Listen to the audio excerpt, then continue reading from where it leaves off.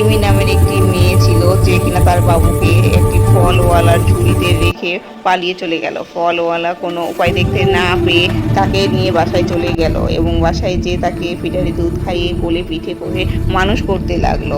ফল বিক্রি করার সময় তাকে সঙ্গে নিয়ে আসতো এবং এভাবেই সে তার দিন পার করতে লাগলো। মেয়েটি একটু একটু বড় হতে থাকলে তাকে সেই স্কুলে ভর্তি করে দিল এবং স্কুলে পড়াশোনার পাশাপাশি সে বাবাকে সাহায্য সহযোগিতা করতো, পাশাপাশি পড়ালেখাও করতো।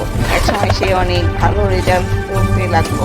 এভাবেই সে বড় হতে হতে একদিন গ্র্যাজুয়েট পাস করে ফেললো। তার বাবা তো মহা খুশি হলো তাকে দেখে, মেয়ে আমার graduate As you can pass see from our করেছে। latest quarterly এক results, we've সময় achieved a সে 15% আবার increase in বিজনেসও revenue, করতে শুরু surpassing our করলো, projections ভালো by a চাকরি significant করতে margin. লাগলো। তার এই অবস্থা দেখে একজন খুশি হয়ে তার নাম ডাং দেখতে থাকলো এবং একসময় Please, তাকে you বাসায় must ডেকে be নিয়ে waiting. বললো, This আমি appointment হলাম concern তোমার মা, immediately. ছোটবেলায় তোমাকে এভাবে রেখে দিয়েছিলাম। তখন মেয়েটি তাকে রিফিউজ করে সেই বাবার কাছেই চলে গেল, কেননা তার মা তাকে ফেলে চলে এসেছিল। বন্ধুরা, তোমরা যদি বাবা মাকে ভালোবাসো তাহলে অবশ্যই লাইক সাবস্ক্রাইব করে দিও প্লিজ।